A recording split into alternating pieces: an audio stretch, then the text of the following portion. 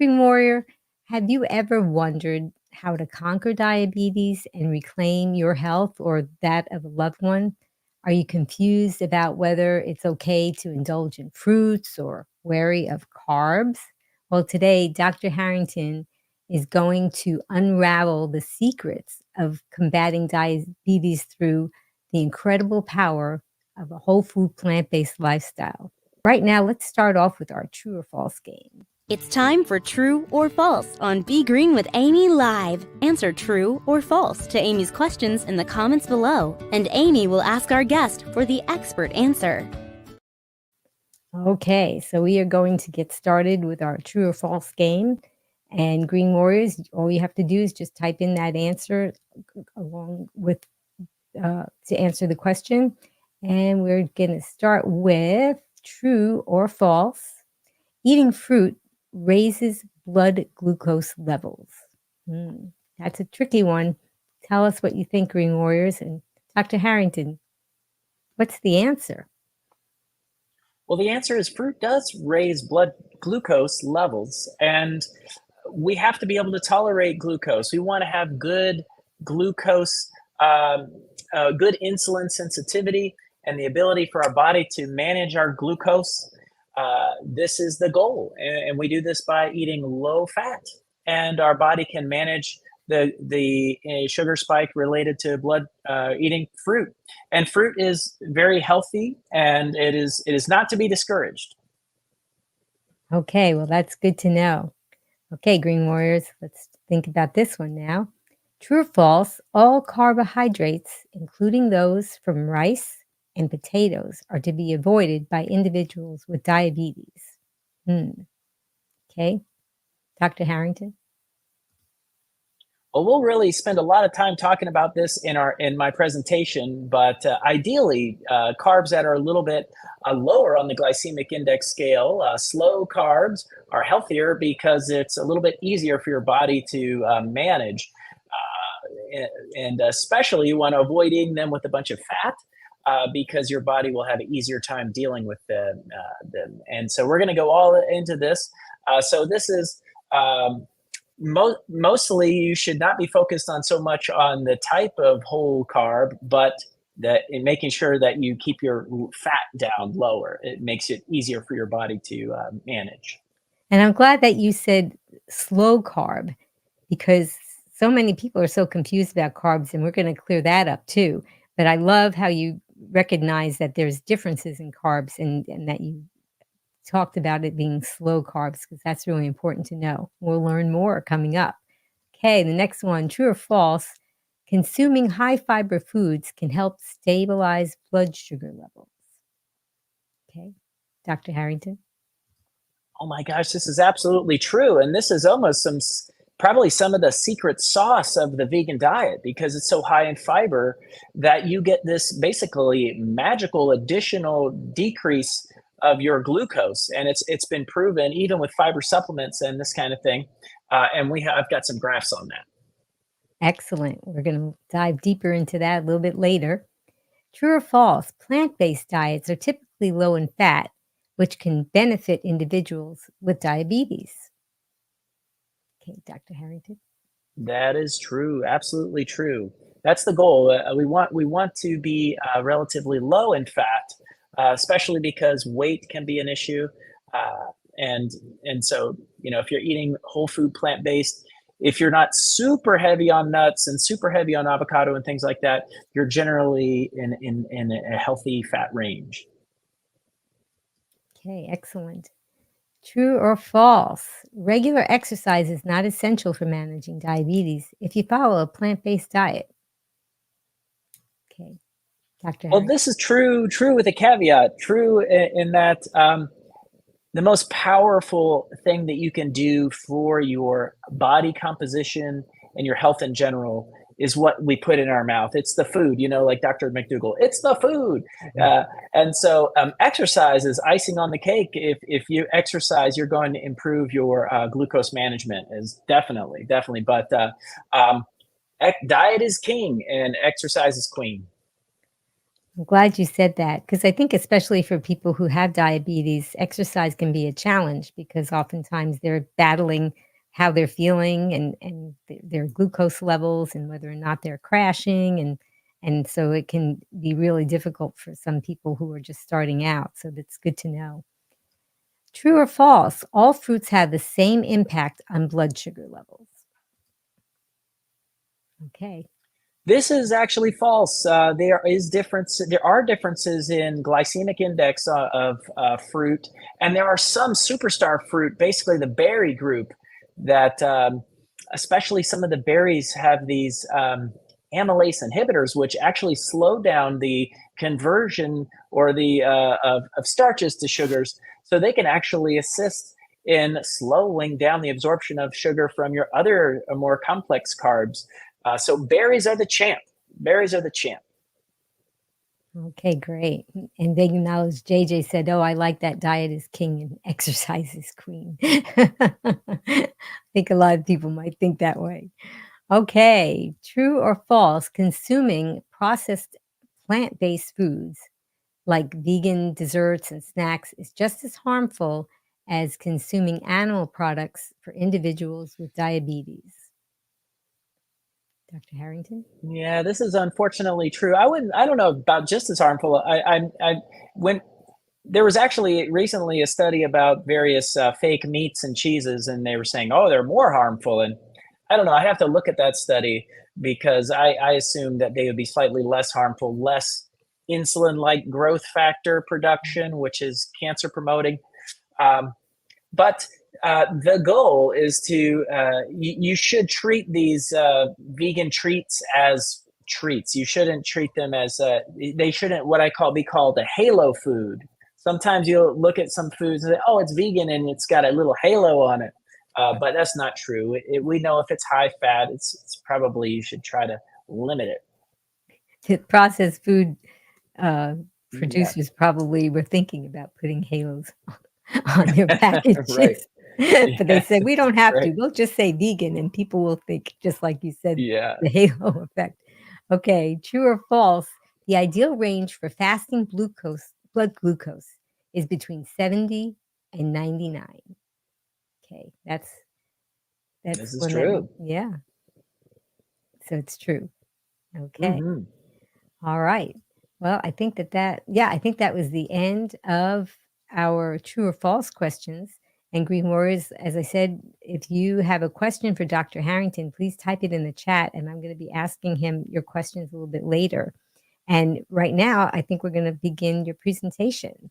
So we'll get that in presenter mode and then I'll put that up for you. And Green Okay, it's Warriors, ready, Freddy. okay, here we go. We'll add you there. And Green Warriors, you know Okay. somebody that has diabetes? Type that in the chat. I would like to know if you or someone you know has it. Go ahead, doctor. All right. Okay. This is such a big topic, and you can get down into various rabbit holes about diabetes. Um, and but first off, let me tell you a little bit about myself. I'm Dr. Scott Harrington. I got a little bit in the intro. Thank you, Amy. That was an amazing intro. Um, I'm a family doctor and lifestyle medicine board certified doctor, and I have online capability to see you through telemedicine on many U.S. states. Here's my current nationwide state license list. And so it's 16 states right now. And if you're in one of these states and you need help or you feel like you're not being listened to by your regular primary care doctor, you can see me online. I accept insurance, Aetna, Cigna, TRICARE, Medicare. And let's get into it. So that was about me, but we're going to talk about diabetes today. Do you happen to be in your normal monitoring every year? Do you notice that your hemoglobin A1C, one of the sugar markers, is going up slowly? Uh, are you vegan already, but you have type 2 diabetes and you're struggling? This lecture will also talk a little bit about glucometers, and also if there's questions about this medicine, this type of medicine, GLP-1 agonists, which is the famous Ozempic and Mounjaro, though everyone seems to be having questions about these lately. Now, I am a lifestyle medicine doctor, and the goal is to avoid medicines, but uh, there comes a time and place where treatment is reasonable, and so if you have questions about that, I can help answer them. So my story, I went vegan in 2012 after watching Forks Over Knives. I had I couldn't lose weight trying to portion control, and I needed to lose about 15, 20 pounds. And so I was struggling, but after I watched Forks Over Knives, I was very impressed, and I decided to go 100% vegan. And I went too far, though. I was only eating fruit and vegetables because I still sort of had this fear about carbohydrates. And I was going this way for a little while, a couple of weeks, and then I was struggling. I was feeling a little bit hungry.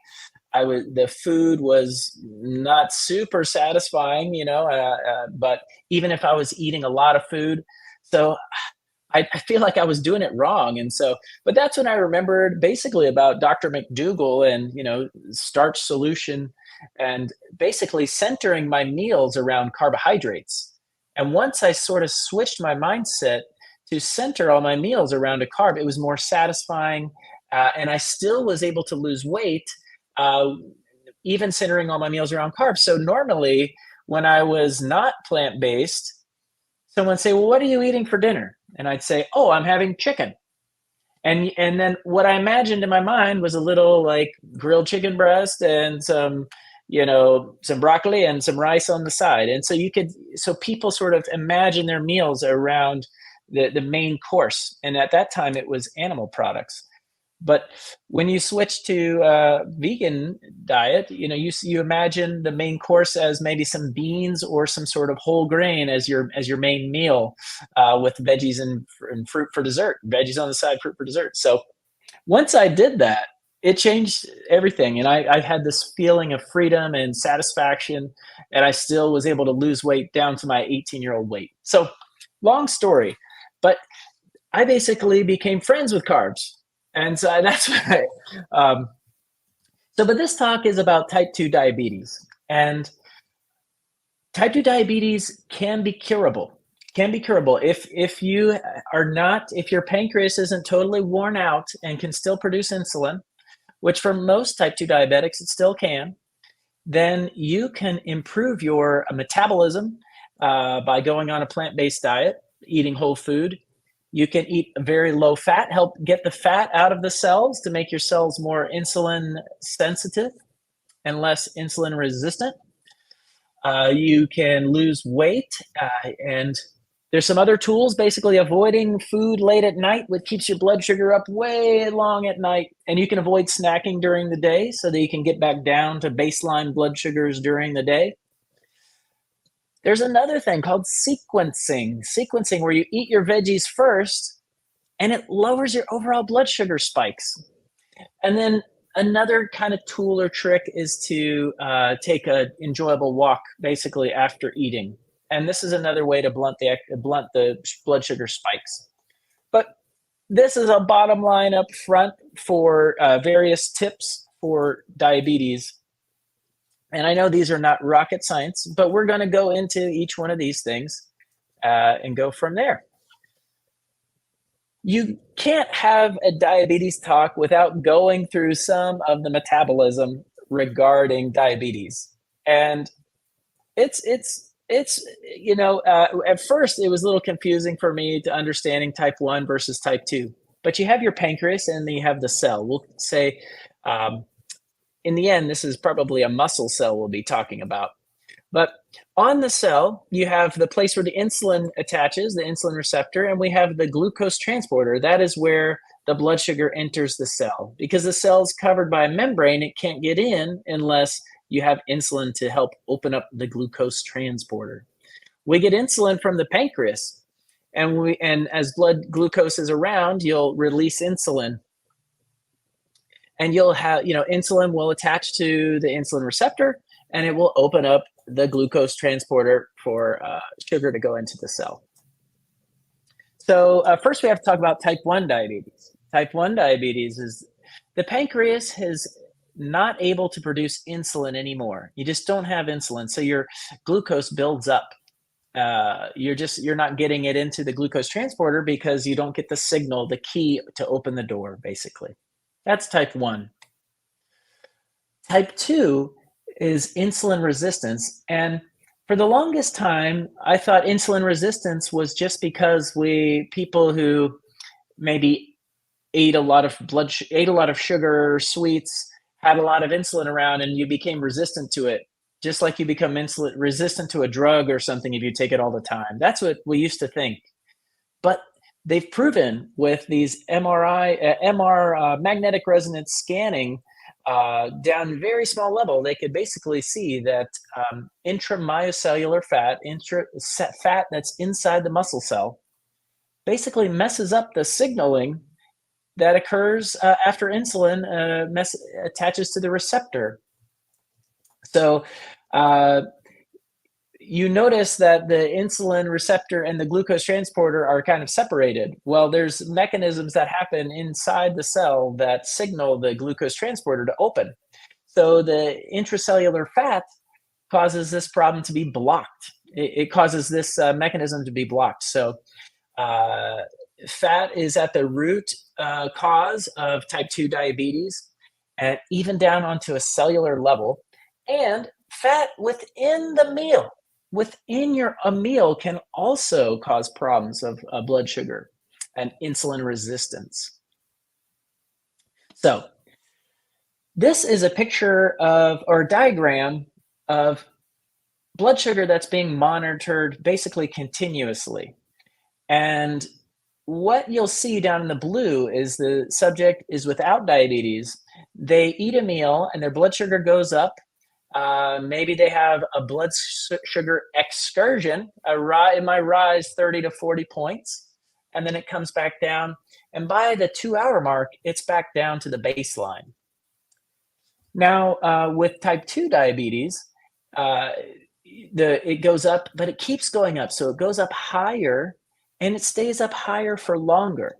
That's because it's a lot more inefficient. Your body's ability to manage the blood sugar is a lot more inefficient because of insulin resistance. Okay, so I had heard about a tool where people could eat very low glycemic index veggies, eat their veggies first. And in this one, I believe it was broccoli and tomatoes. And in this case, the green line is they ate some, the green and the red lines here are when they had their servings of broccoli and tomatoes 15 minutes before their regular meal that included more grains like rice and this kind of thing. And compared to the people who ate their carbs first, the blood sugar excursion was higher. Now, this is in millimoles per liter. This is in other countries in the United States. We have different units. But basically, you can see that it was almost twice as high. So if you kind of eat your salad first, basically, you could slow down the sugar spike that you're going to get from a regular meal. So this is actually proven with science, and it's called sequencing. Eat your salad first. Eat a big salad first. Give it 10 15 minutes and eat the rest of your meal, and you'll have a lower blood sugar spike. Okay, so you heard me in the true and false questions talk about glycemic index. Glycemic index is the rate at which the blood sugar shoots up after you take a meal. Now, this is compared. A glycemic index of 100 is just if you ate like table sugar. That would be quickly absorbed and your blood sugar would go up. I call this a metabolic emergency, right? If the blood sugar is spiking, the body tries to keep homeostasis where everything is in line. Your pH is in line. Your temperature is perfect.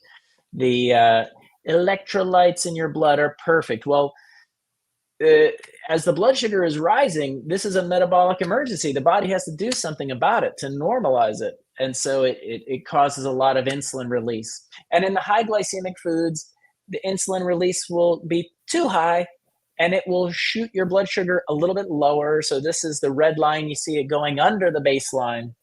This is the overcorrection. So I call this high glycemics cause a metabolic emergency. Now, if you imagine the analogy as a restaurant, and they have a lot of kids video games with this now, this concept. In the kids video games, you're serving people as they come in, and in the end, if the people who come into the restaurant are coming in slowly, you can manage it. You can give them the meal, and everything is very copacetic. But if a bus pulls up outside the restaurant and they all come in at the same time, then you run into a lot of inefficiencies. It's kind of like an emergency. And this is kind of the same, an analogy with your body. You want to make it so that your body has an easy time. You don't want to be throwing curveballs at your body.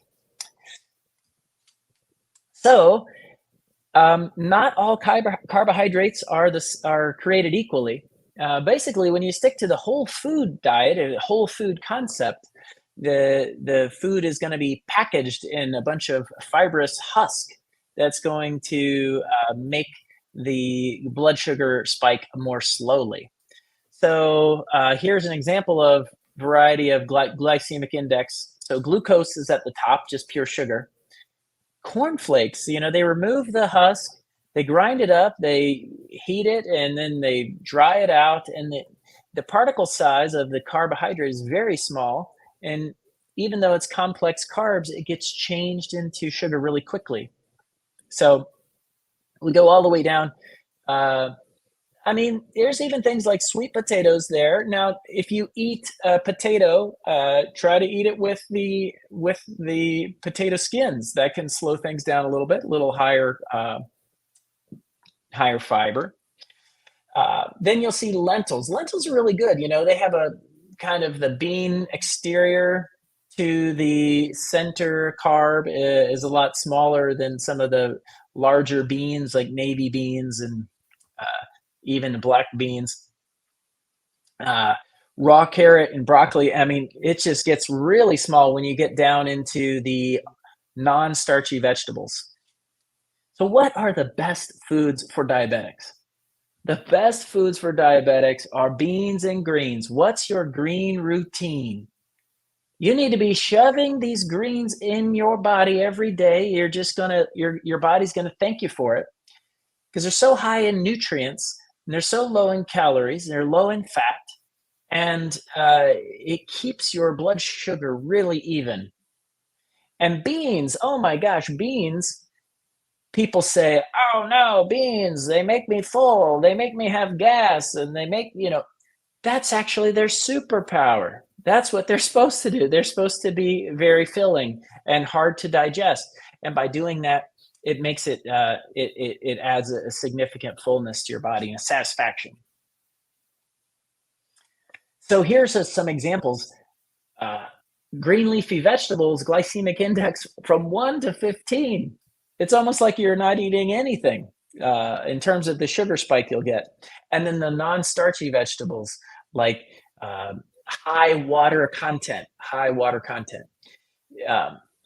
content concept is like how soup is like a diet food. If you have a non-fatty and non-creamy soup, most of the calories are from water, or most of the bulk of the soup is from water, which is a 0 calorie thing. And so non-starchy vegetables that have a high water content have a really low glycemic index in general. More on the glycemic index. We've got sort of low, medium, and high. I find this kind of difficult to remember the numbers, but you kind of get the idea that the more concentrated something is with starch, so like even things like butternut squash is in like the 70s or something, and things that are instant oatmeal, so instant oatmeal is 80, things like regular oatmeal but be more like 65, say rolled oats is 60, but you could do oat groats, which I think are like 55 or 45. So the more whole you eat a food, the better it's going to be. Okay, one of the last concepts about this glycemic index business is the idea of glycemic load. And what this gets around is the fruit question. The fruit question, because people know that there's sugar in fruit, and they say, oh my gosh, that's going to really spike my blood sugar. But the overall concept is look at, well, how much actual carbs are you eating with the fruit? And in general, it's pretty low. The grams of carbs in a serving of fruit tends to be pretty low. Like, so here you compare a candy bar, which has 59 grams of carbs, versus the slices of watermelon, which has 8 grams of carbs. And glycemic load, you multiply the glycemic index, which is the speed of the sugar absorption, with the grams of carbs, and you get the glycemic load. And so the higher the glycemic load, the higher your blood sugar is going to go. Okay, naked carbs. I didn't have a good, I wanted to make a good slide for this, but you want to eat your food whole, basically. You don't want your carbs to be, you don't want your carbs to be naked. You want them to be in their shell, their fibrous husk. Okay, so check this out. This here is a fiber supplement. You had people put on diet and counseling. So this is the left side of the graph, to lose weight. And they were following their glucose, actually, in this study. And then after week 6, they have people continue the normal diet, counseling, treatment.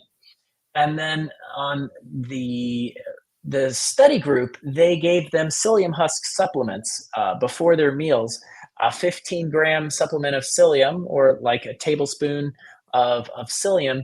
And in this study, they showed a dramatic decrease in the fasting glucose over time of giving people additional psyllium husk.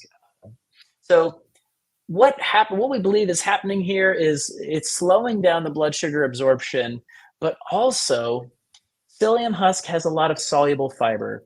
Soluble fiber resists digestion in the intestines, where most nutrients is absorbed, and it gets down into the colon to be changed by the bacteria into short-chain fatty acids, which are helpful for anti-inflammatory effects.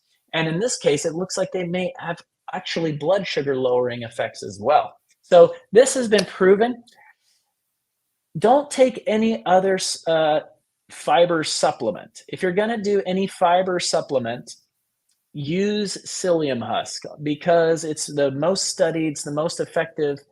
There are other various gummies and things like this, and none of them are as effective as psyllium husk, which is the active ingredient in Metamucil. But you can get regular psyllium husk and put it into hot or cold liquids. You can pretty much only do 1 tablespoon at a time, because it gels up the liquid so much that it becomes like Jell-O or something. So what's the point of all this? Why are we trying to keep our blood sugar in a reasonable level? Well, I like to use the analogy of, if you imagine sugar, granulated sugar, almost like the little grains of sand on sandpaper. And if you imagine, as an analogy of those granules of sugar in your blood, irritating the lining of your vessels. And so on a microscopic level, this is kind of what's going on. So problems with sugar is problems with every system in your body. Every system that that has blood flow, basically. Your brain, your kidneys, your eyes, your sexual organs, everything. So this is all about quality of life, and it is a big deal. So what this graph is showing is that the higher the hemoglobin A1C, the higher the long-term blood sugar, the higher the mortality ratio, hazard ratio goes up. And so this is kind of the line going across the screen there. So what is hemoglobin A1C? People ask. Hemoglobin A1C is related to the blood cell. Inside the red blood cell, you have hemoglobin, the oxygen-carrying molecule. And it can get sort of rusted or react with glucose, and glucose will attach to the hemoglobin. And the lab can use this to predict how your average blood sugar has been. Because the red blood cell lives 90 to 120 days, you can get a long-term blood sugar estimation. This is really good because if you check your blood sugar every now and then, it goes up and down, and you might not understand the long-term aspect of your blood sugar. So that's what's hemoglobin A1C. This is how it relates to average blood sugar. So if you're 5.5 hemoglobin A1C, your average blood sugar is 110. If you're 8.5, it's 200. So hemoglobin A1C is not the end all be all. It does have the potential to give you a false positive or false negative. And for the longest time, I kind of didn't even consider this as a problem until I kind of saw it in my patients who had these various illnesses, um, various things that will elevate your hemoglobin A1C. If things that cause lower turnover in the blood, such as really bad iron deficiency anemia, there can be some genetic and racial differences, and there things that cause a higher turnover of your blood, like hemolysis, where the blood is breaking down. It can reduce your hemoglobin A1C and give you a false kind of a false negative. You could have a higher hemoglobin A1C, but if your blood vessels are breaking down early, blood cells, then you will get a false low. Okay, so how do you know whether you're diabetic or not? What's the definition? So if you have a hemoglobin A1C of 6.5 or over, or if you have a fasting of 126 or over, or a random at any time over 200. Now, some people have poor glucose tolerance, where the blood sugar raises up and stays up for longer. If you have the oral glucose tolerance test, is a 75-gram glucose that they give you a drink to, and then they test you 2 hours later. So those are the tests. Anybody who has diabetes or who wants to wear a glucometer, a continuous glucometer, or just wants to know, should get a what they call a point of care glucometer. Point of care is where you prick your finger and you test it out. And the best time to do glucose testing is in the morning when you're fasting. Contour Next has been rated as one of the most accurate brands, and it is reasonably affordable. And so I recommend Contour Next. There's also continuous glucose meters. Now, these are covered by insurance if you have diabetes. If you don't have diabetes, and some people are interested in doing this kind of as like a weight loss tool or just a quantified self, they want to learn how their blood sugar is reacting, you can get one of these glucose meters. There's two brands that are the most popular right now, Freestyle Libre 3 and Dexcom G7. They both come with apps on your phone so you can see what your blood sugar is doing. If it's not covered by insurance, if you don't have diabetes and you're just very curious and you want to see what these devices can do, you can get a GoodRx coupon for the various devices, and your doctor can prescribe you these devices, and you can wear them on your skin. You can swim with them and take a bath and take a shower. They're kind of fun to see how your blood sugar reacts to various foods, to see how your own body reacts. And so you can answer the question yourself about fruit and various foods and see how they react to your body. It's kind of fun. So Dexcom's a little bit more expensive, but you can calibrate it. If you have your own blood sugar monitor, you could take your blood sugar and test to make sure it's accurate. Both of these can have a certain amount of inaccuracy, but the main thing that you get from these devices is the trends of the blood sugar, how fast and how long it stays up. So the cons of this is that it's just going to cause you a bunch of anxiety if you don't have diabetes. And some people are trying to use this. Is very popular now for people who don't have diabetes. Is causing anxiety and getting you freaked out if your blood sugar goes up a little bit.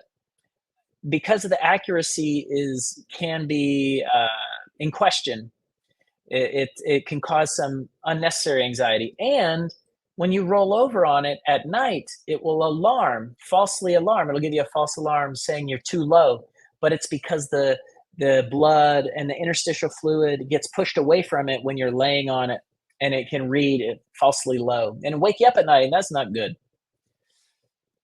The other thing that it can do is it can cause you to be super scared of carbs, where you're avoiding carbs all the time. And I would be scared that this might cause people to venture away from the vegan diet, which is not the intent. The vegan diet is by far the best for diabetes for many reasons. It's expensive, and also it's best to have a point of care finger prick glucometer if you're going to wear one of these. So the pros of this is that seeing how lifestyle factors affect your blood sugar and the trends, and it's a way to kind of gamify your blood sugar. You can learn tips and tricks and see how you react as an individual. All right. There is a way that people are trying to use these devices to help them lose weight through something called hunger training, which is sort of like comes from the intermittent fasting camp of people, where they're trying to fast for a certain amount of time per day. But what they'll do is they'll use their glucometer and wait till they go under their baseline before they start eating. One of the ways that blood sugar that I assumed that I was eating when I was hungry, but when I wore these glucometers, I find out that my blood sugar was not low. It was actually high. It was just that I was trying to self-soothe.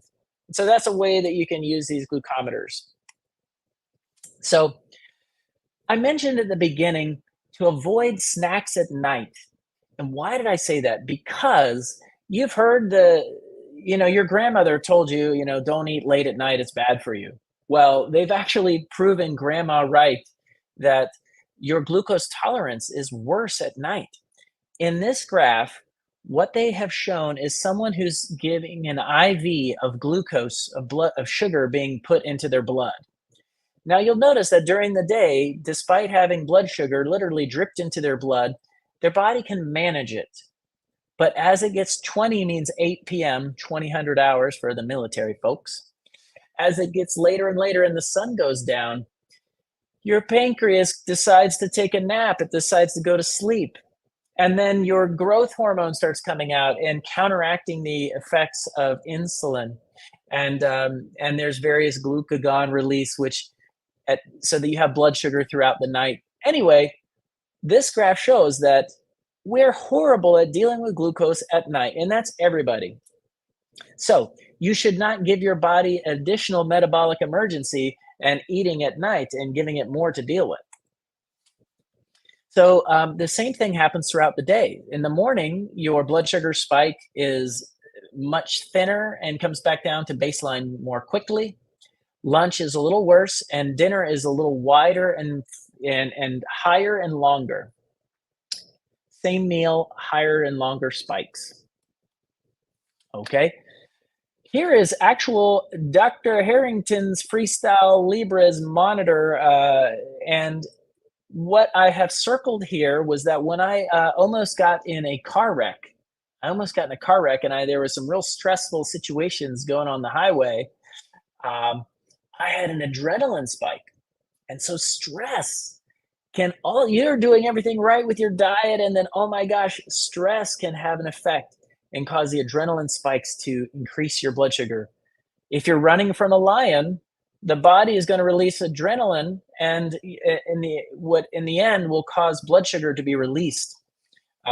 And so your own body's blood sugar. Snacking. If you do have diabetes, you need to try to get away from snacking. And this sounds kind of like common sense, but as your blood sugar goes up, you want it to come back down, and you want it to be in your baseline. You want it to come back to your baseline. And so that you can avoid time under the influence of glucose, basically. And if you snack throughout the day, if you graze throughout the day, it keeps the blood sugar up all day. And that raises your hemoglobin A1C because that is the average. It's an average glucose. So um, Chef AJ has talked about this snacksidents. Oh, I had a snacksident. I love this term. I don't know where it came from, but it's hilarious to me. Yeah, you want to try to plan your meals and eat intentionally as possible. All right, all right. So if you are monitoring your glucose, what would be a perfect glucose spike? You would see it, maybe your blood glucose go 30 to 40 points up of an excursion from your baseline, and you would see it by the 2 hour mark, you'd see it come back down. If you eat a really high glycemic meal, it might go up much higher, 40 to 50 points and come back down. So this can actually be like fruit. Fruit can raise your blood sugar spike really high, but if you don't eat it with fat, it can come right back down really quickly, and that's ideal. But if you eat the food with fat and you have a very large meal with a lot of carbohydrates, it'll stay up higher and longer. Hunger training is where you try to wait for your blood sugar to go below its baseline that you woke up with, and that's something called hunger training that people have tried. It's very tough because normally we eat based on the time, like it's breakfast, it's lunch, it's dinner. We tend to eat this way, so hunger training is a very kind of difficult thing that people have tried when they're trying to do fasting, intermittent fasting, to try to lose weight. These are the folks that know most about this glucose monitoring that I found kind of in the third parties. If you're looking to try to get somebody to help you with this, Mastering Diabetes with Cyrus Kambata and Robbie Barbaro.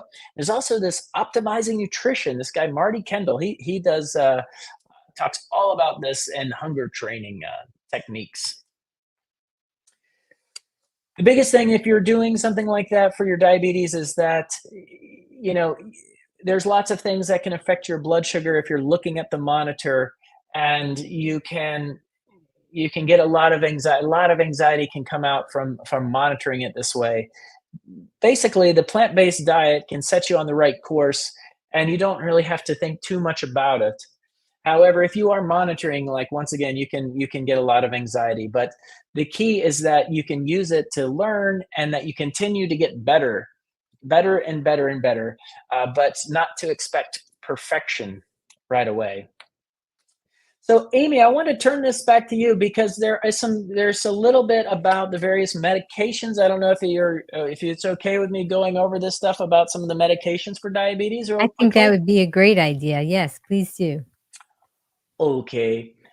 So with this slide, basically, I want you to know there's medications for diabetes because the pancreas can start to burn out. And so if you're a type 1 diabetic, no matter what you do, even if you eat 100% right and you're a vegan and you're eating whole foods and you're eating low fat, you still require insulin. The body is not making it. And so that's where we can use modern medicine to our aid. And we can just eat a healthy diet and get require very low amounts of medicine. But for type 2 diabetics, which is potentially curable with weight loss and a healthy diet,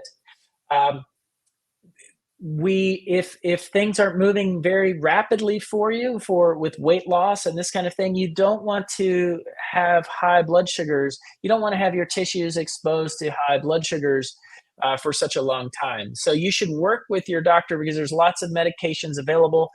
There's metformin being the sort of the workhorse for medications, as it's cheap and it lowers your insulin resistance and it improves your insulin sensitivity. But ideally, you could do this with food. However, if it's not working out for you, their medicine, you shouldn't just go on and on and on. You shouldn't be in denial about having diabetic range blood sugars for over and over because it causes problems with your eyes and your kidneys, and it's serious. So you should see your doctor, and the doctor has multiple tools. After metformin, these are these new medications And honestly, I'm kind of excited about them because they are kind of lower in side effects than the medicines of old. The SGLT2 inhibitors, these things that help you pee out blood sugar, excrete blood sugar in the urine, which is nice because you don't go too low. And the GLP-1 agonists are these class of medicines. They're mostly injectable medicines, unfortunately, but these help your body produce insulin and increase fullness and this kind of things. So these are the most physiologic medicines, and they can help you. They can help you a lot. You can get off these medicines as you lose weight, and your requirement, if you have type 2 diabetes, and your blood sugars get better and better, you can come off any of these medicines eventually. But don't go for years with high blood sugar, because it will cause irreversible damage over time. Older medicines, the sulfonylureas, make your body produce more insulin. Actose, this is a medicine that helps to sensitize you to blood sugar, or to insulin. And then there's insulin itself. But there's lots of treatments. You want to talk to your doctor and be treated while you're on your plant-based diet, low fat, doing all these recommendations that I have discussed above. But what's up with these GLP-1 medications? Glucagon-like peptide 1. These are medicines that you've heard about or taken the nation by storm. You've probably heard that Hollywood and the Hamptons is using all these medicines. All these overweight celebrities who are finally losing weight because they're taking these medicines. And it's really pervasive in Hollywood and the Hamptons, they say. So much so that diabetics are having trouble getting the medicine, and that's what you're hearing about. How do these work? Well, the way your body normally uses this hormone is that you eat a very bulky meal, a plant-based meal, basically, full of fiber and nutrients, and you eat it, and then the intestinal receptors experience a high amount of bulk and nutrients in the intestines, and they release a hormone. They release a hormone that basically tells you that you're full. And so it stimulates insulin. It regulates glucagon, which increases your blood sugar, so it slows that down. And it tells your brain, hey, look, you're full. It quiets the food noise. People talk about this. These are gut hormones. The trials show that when they did, the orange is semaglutide. People are taking the semaglutide injections, and then they were switched to a placebo, the gray group, and then the other group kept on the semaglutide. And so overall, the semaglutide group lost 18% of their body weight, and the people who switched off started to regain weight. So this is kind of the biggest concern. Like, oh my gosh, does this mean I have to stay on these GLP-1s for the rest of my life? And so that is kind of, to me, the biggest concern, because they eventually, you have to come off and you would gain weight. There are side effects. People have a variety. You'll either have a sort of a diarrhea or a constipation. So it does affect your GI tract. Some people experience nausea and headache and this kind of thing, where the biggest thing I hear about people is that it's almost like morning sickness. They say that, and they don't really want to eat. Even things like their libido, they just feel bad. They feel kind of flu-like illness, kind of, for many folks, especially if you're going up too fast. And so it's not necessarily all rainbows and unicorns. It can be kind of, some people really react kind of poorly to it. If you've ever had pancreatitis, or you've had a problem where your peristalsis, the movement of your GI tract, is slowed down, called gastroparesis, you shouldn't take these medicines. If you've ever had a history of thyroid cancer, It has been shown in animal studies to cause thyroid cancer, uh, and it hasn't been studied in type 1 diabetics. So this is a thing where, there's a saying, there's no miracle of science that doesn't go from a blessing to a curse. And of course, I'm leery of any kind of medicine, but this one, there's so much positive hype about these medicines that of course, I worry about the dark side about coming off. And it doesn't necessarily train you on how to eat right, how to eat in a sustainable way.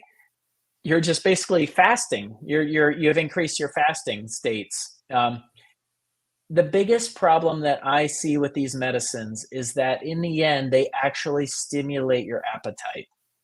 So what do I mean by this? The goal of the medicine is to make you feel full. Well, just like caffeine is designed to stimulate you and wake you up. But once you get used to that stimulated state, your body becomes tolerant to the medicine, and then you feel tired all the time. You feel tired all the time unless you use the medicine to stimulate you, to wake you up, just to feel normal. And I worry about this kind of concept with these GLP-1 medicines. If you're taking a medicine to decrease your appetite, that once that becomes the norm, when you would stop the medicine, you would have a higher appetite, or that you would have to take these medicines just to feel normal. So that's kind of the sort of the dark side that I worry about with these medicines. And besides, the whole food plant-based diet is causing you to release GLP-1 naturally. And that's by eating beans and healthy fat and high fiber foods, and fermentable fibers, these soluble fibers. These are things that help to release this GLP-1 naturally. So basically, I mean, I could go on and on and on about type 2 diabetes, but I want to take time to answer your questions if you have some. Basically, get a doctor who gets you. If you're vegan and you want to have a vegan doctor, you can see me, especially if I'm in your state, if I have a license. If your A1C is going up every year, little by little, you could get a glucose monitor if you want to try to gamify your glucose. I can prescribe those for you, or talk to your doctor. Type 2 diabetes is curable with weight loss and a whole food plant-based diet. Okay, once again, I'm in these states. I accept insurance, Aetna, Cigna, TRICARE, Medicare. And that is it. Oh, thank you so much, Dr. Harrington. That was just fabulous. We do have some questions, so I'm gonna go over to the comments now and see what we have. Okay, so Vegan Knowledge JJ said, I have a question. When you are just beginning the vegan journey and you're already insulin resistant, to include fruits, is it good to eat them in a salad with greens so that it gives extra fiber? Well, this is a great addition to a salad if you want to add strawberries or mango or something to make your salad more exciting. I give you the green light. Green light. Do that. I mean, the glycemic index or the glycemic load from this fruit is very minimal, and you have to eat carbs. You have to have some amount of carbs. You're trying to improve your insulin sensitivity. And so by defatting your diet, so the salads, in this case, you want to avoid a high fat dressing. So non-oil dressing, those are some of the keys to try to really hone in on those non-oil, low-fat dressings. Okay, yeah, that's very important because that can just ruin the whole salad for you. Okay, yep. And Kenzie, 1995, was when you were giving the presentation, said, that's me currently in denial about my high blood sugar. This is a good reality check to get back on track. So see that? That was good. If we were just here for you, Kenzie, that was enough. Kenzie, I feel like I've made a difference in the world right now. If I've helped you kind of come to terms with that, it's hard. It's hard, the idea of feeling like you're diabetic. One way to look at it is kind of the specter of diabetes is behind us all. We're all pre-diabetic, you know. We're all pre-cancerous. So there's nothing wrong with trying to actually focus on the problem and because eventually it's going to be a problem for everybody in a way. Think about it. But uh, monitor it. You can't control something you don't know what's going on, so monitor it and talk to your doctor. And I'm so happy for you, Kinsey. Yeah, focus on it, and you can get it under control. Yeah, he said he has type 2 and he's looking forward to hearing more. That's what he said earlier from your presentation, and he's very interested in becoming a patient of yours. All So, right, all right. yeah, I'd be glad to help you out. if I needed help with type 2 diabetes, I would definitely give you a call because you really have a lot of very good information and good strategies, and it seems like you'd be very supportive, and that's like you said, you need a doctor that's gonna get you, and you get people that know that they can do something about their diabetes if they adopt a whole food plant-based lifestyle. So Carrie said, "My brother went vegan and lost 30 kilograms, drastically reduced his insulin, which caused him to be able to afford to look for work. And now he has a job." So, wow. All right, all right. 30 kilograms, that's a lot, 60, 70 pounds. And oh my gosh, it'll change your life. It changed my life. I only lost 15 to 20 pounds. And I felt like I had a new lease on life. Yeah, absolutely. We in my family, well, between my husband and myself, we probably lost over 130 pounds, and it does definitely make a difference in our world. So, let's just see if we have Kenzie said that just signed up for a consultation with you. So now you do have Okay, all yeah, right. so It's and you'll say, "I official. remember you from Be Green with Amy. We met that That's way." right. That's very It's nice. official. Yeah. Okay. And, Carrie said that this was really helpful even after watching so much Mastering Diabetes, there were still things in here new to me. So you are cutting Oh, edge. all right. I love it. I love Yeah, it. Oh that is man. wonderful. Yeah, and that's what we like to hear. Okay, and let's see, what else do we have?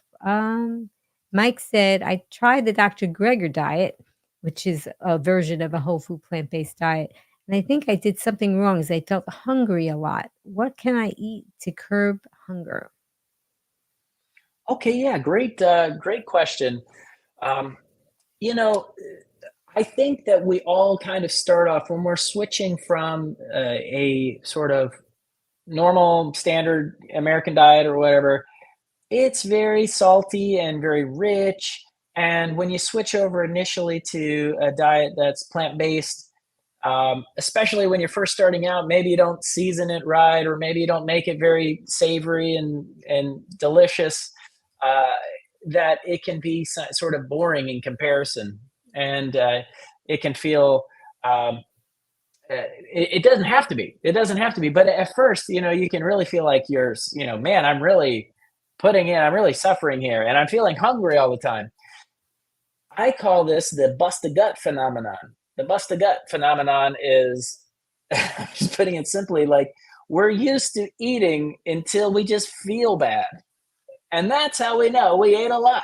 Like, oh my God, I feel horrible after a Thanksgiving meal. People would say, oh God. And then you'd have to like sleep it off. But you're associating this like extreme fullness with a positive thing.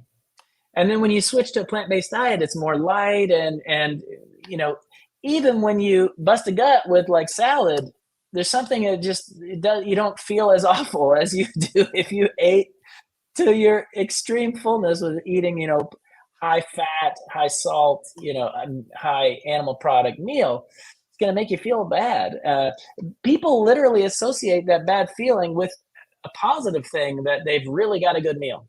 And so um, you end up getting used to it. Basically, you get used to eating and feeling good, and then every now and then you'll accidentally slip up. You'll have a snack accident or something, and then you'll creep back into the old way of eating, and you'll realize, wow, that actually does feel bad, and I want to be over here. So The plant-based diet has a little bit of self-regulating capability that way, because the more you get into the plant-based world, the better you feel and the worse you feel when you're without it.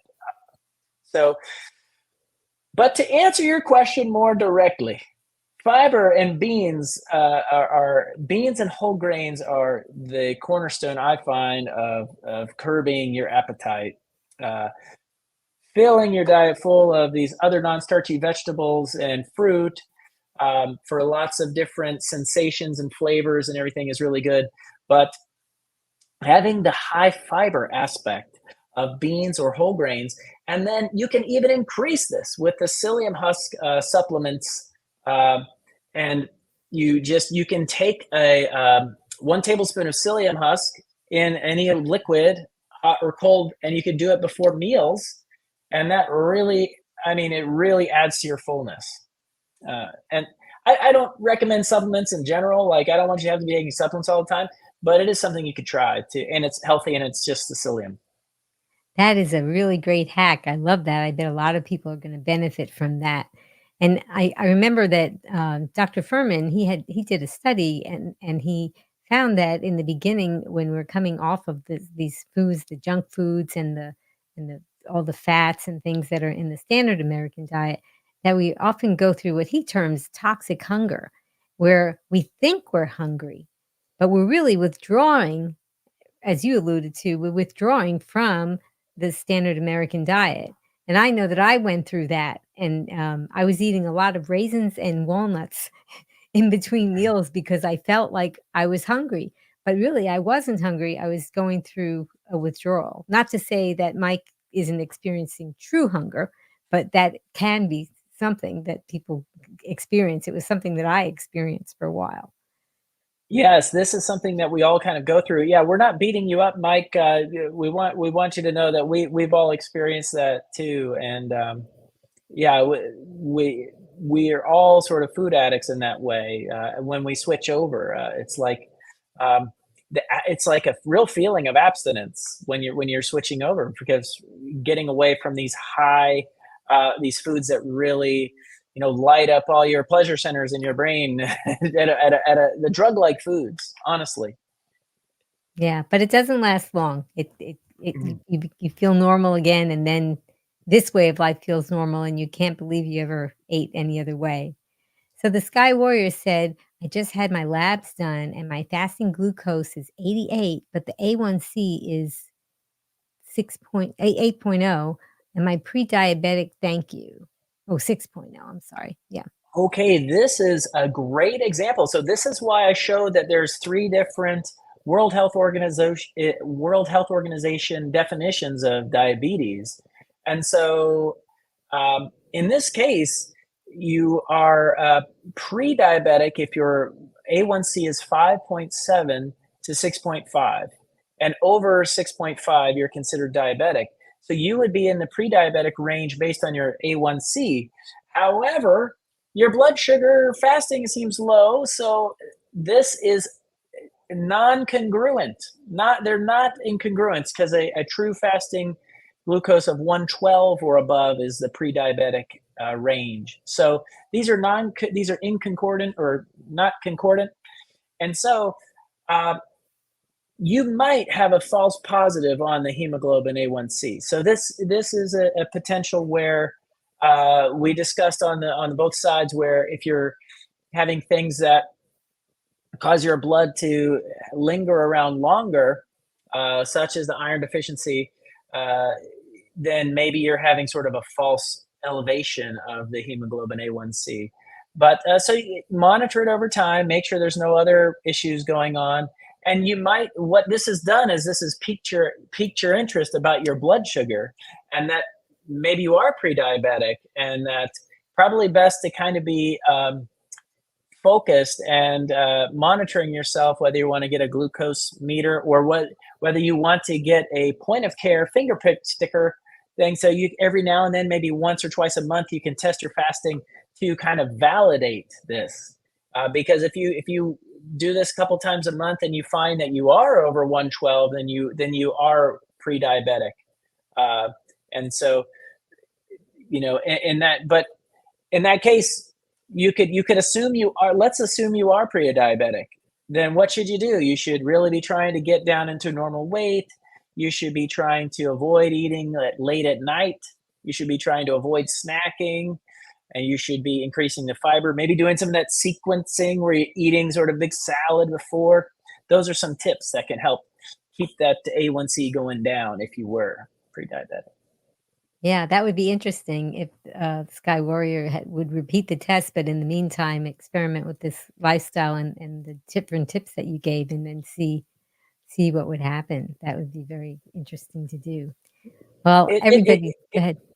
it kind of feels a little scary to the idea of getting a glucometer because there's kind of, you have to prick your finger, you swab your finger, you get these little lancets and you put it in this, spring device and you prick your finger and that can seem kind of scary at first. However, this is a test that you can have at your house and you don't have to rely on the doctor, and you can kind of take control of your health. You're driving the train. It's not that we rely on the doctor to save us.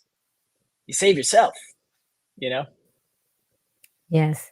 It's so nice to know that a lot of our health issues are in our control if we want to, and we just get information from, broadcasts like this, and then we can always know that it's in the lotus of our control, and we can definitely do something about it, and that's so important to know.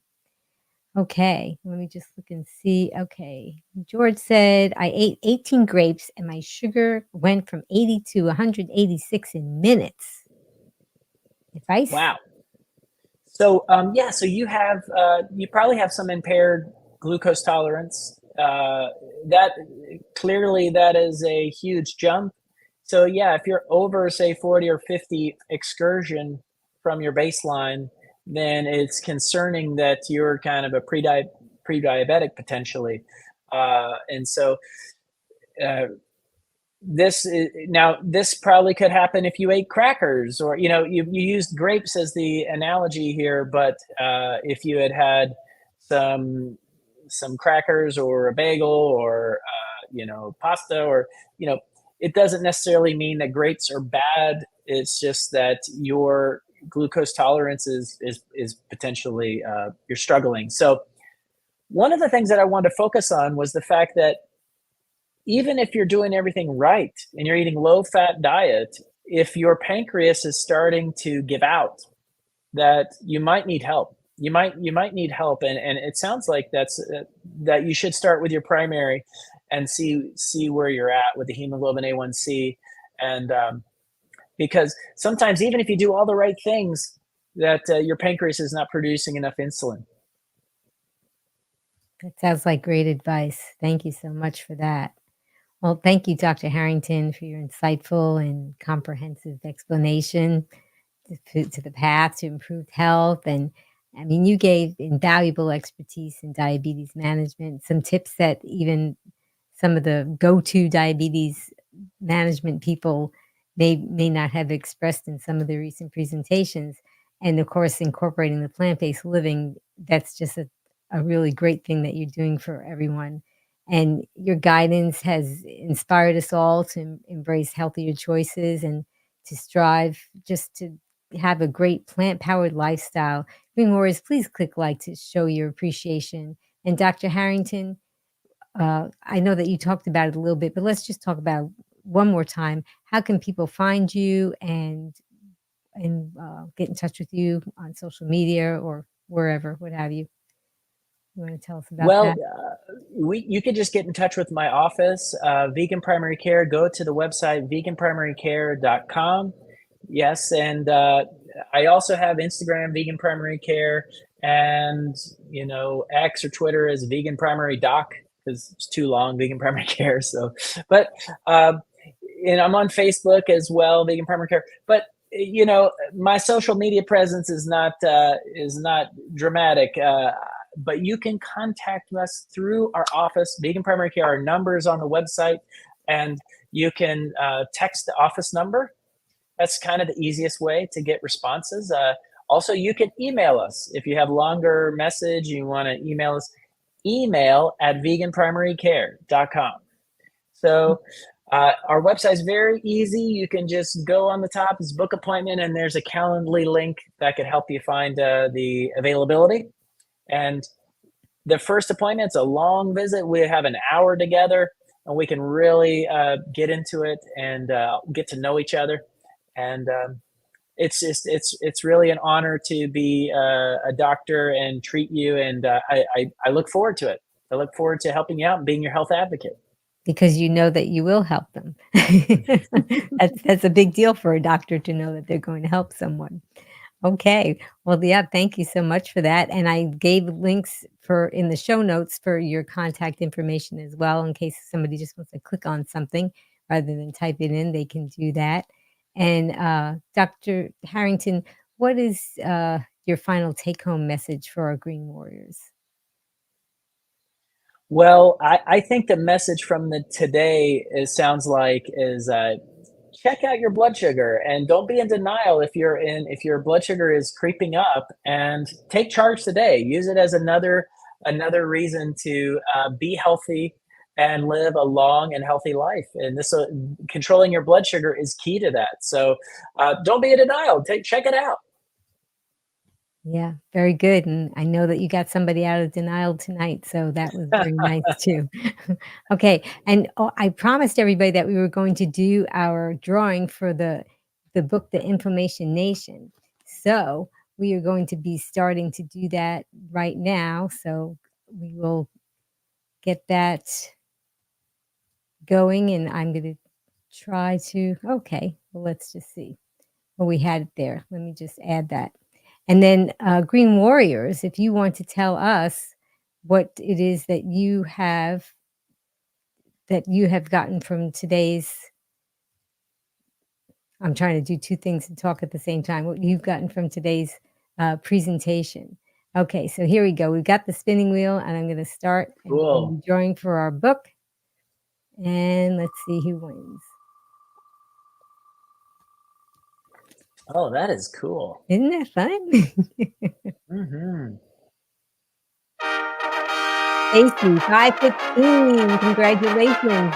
You are the winner of Dr. Pie's Inflammation Nation, and he's gonna get a copy of that out to you very soon. So I'm glad that you won that. That's very exciting. And as I was trying to drive and talk at the same time, Green Warrior, tell us what is your takeaway from today's presentation? Because there is a lot that Dr. Harrington talked about. One of the things that I'm going to remember is what he talked about with the sequencing your meals and eating your vegetables first, and that can help keep your glucose from spiking. So I thought that that was a really wonderful takeaway.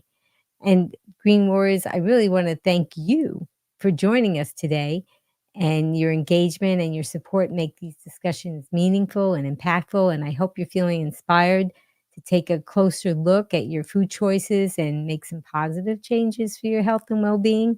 And remember, every bite that you take, it's an opportunity for us to nourish our bodies and become the healthiest versions of ourselves. I do also want to thank Just Has Voice. She did the promo and she did the countdown, and she's helped in so many ways to get that word out, as all of you are doing when you share these broadcasts. Just Has Voice, who's coming up next? Overeating, stress eating, and or binge eating? You're not alone. Join us as Dr. Glenn Livingston teaches us how to extinguish those impossible to resist cravings, recover faster from mistakes, and think less about food and more about life. Bring your questions on Wednesday, May 1st, 3 p.m. Eastern, noon Pacific, on Be Green with Amy Live. And Green Warriors, as a special thank you to you, I'm offering you 5 free recipes that I like to eat at home, and they're not only whole food plant-based, but they're also have no added sugar, oil, or salt, but they have lots of flavors. And just go to begreenwithamy.com/join, and I will send those right out to you. And I want to thank you so much for joining us, and thank Dr. Harrington for joining us.